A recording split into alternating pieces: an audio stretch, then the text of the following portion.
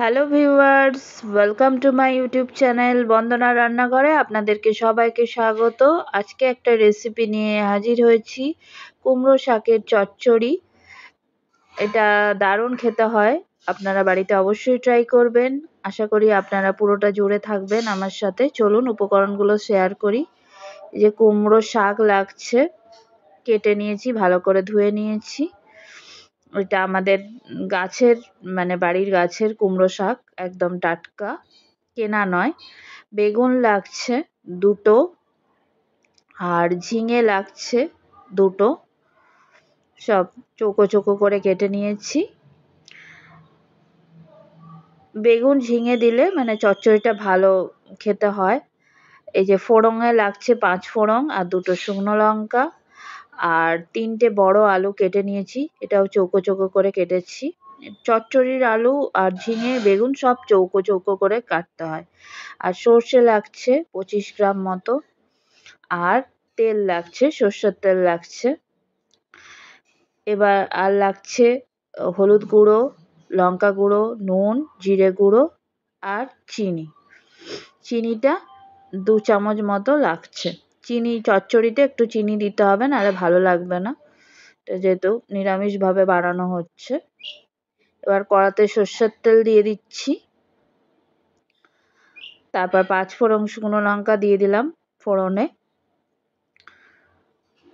আর আপনারা চাইলে কাঁচা লঙ্কাও দিতে পারেন, টেস্টের জন্য আমি শুকনো লঙ্কা দিয়েছি। এবার আলুটা দিয়ে দিলাম, তারপরে ভেজে নেব, ভালো করে ভেজে নিচ্ছি। আগের ভিডিওতে যারা কমেন্ট করেছিলেন তাদেরকে অসংখ্য ধন্যবাদ আমার তরফ থেকে, এত সুন্দর সুন্দর কমেন্ট করার জন্য। এবার শাকটা দিয়ে দিলাম, দিয়ে ভাজবো। শাকটা ভাজলে গুটিয়ে যাবে। আর আপনাদের কোন শাকের চচ্চড়ি খেতে ভালো লাগে বা দেখতে চান আমার ভিডিওতে, সেটা কমেন্ট করে জানাবেন।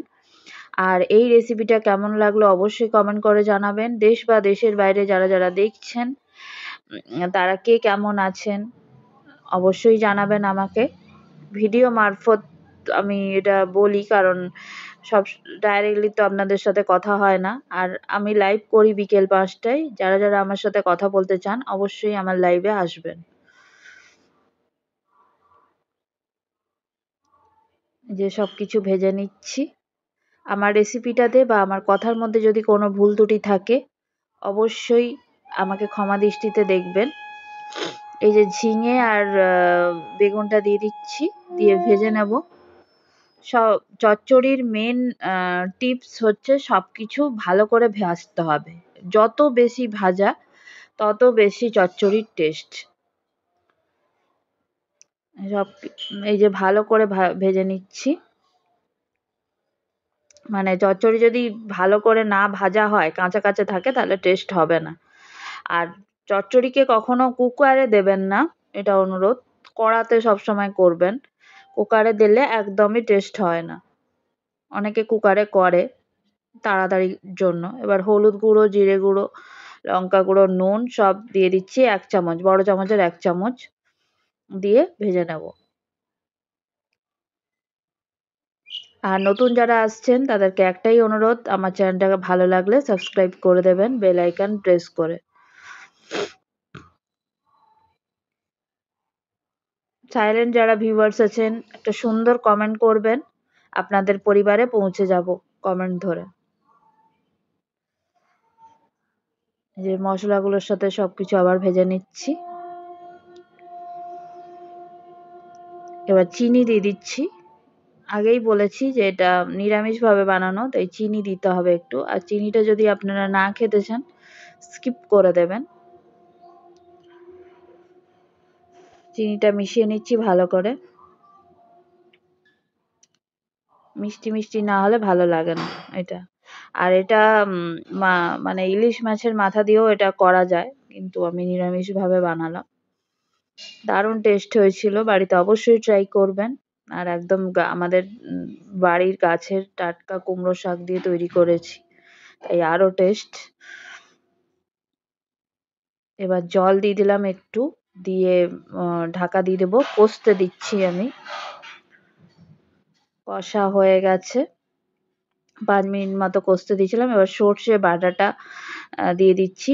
অফ ক্যামেরায় আমি সর্ষেটা বেটে নিয়েছি মিক্সিতে। নুন আর কাঁচা লঙ্কা দিলে, নুন দিলে সবাই জানেন তেতো হবে না সর্ষেটা, দিয়ে বেটে নিয়েছি, সেটা আর দেখাইনি। এবার সর্ষে বাটাটা ভালো করে মিশিয়ে নিচ্ছি। দিয়ে সর্ষে বাটাটা দিলে দারুণ টেস্ট হয়, অবশ্যই আপনারা সর্ষে বাটা দেবেন। আর যারা সর্ষে খান না তারা গোটা জিরে বেটে দেবেন, জিরে গুঁড়ো ইউজ করবেন না, গোটা জিরে বেটে দেবেন।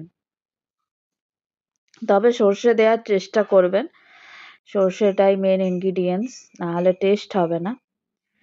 এই যে সর্ষে বাটার জলটা দিয়ে দিচ্ছি সিদ্ধ হওয়ার জন্য। 2 বাটি মতো জল দেব, দিয়ে ঢাকা দিয়ে দিলাম, সিদ্ধ হবে। এই যে ফুটছে, 15 মিনিট মতো সিদ্ধ হতে সময় লেগেছে।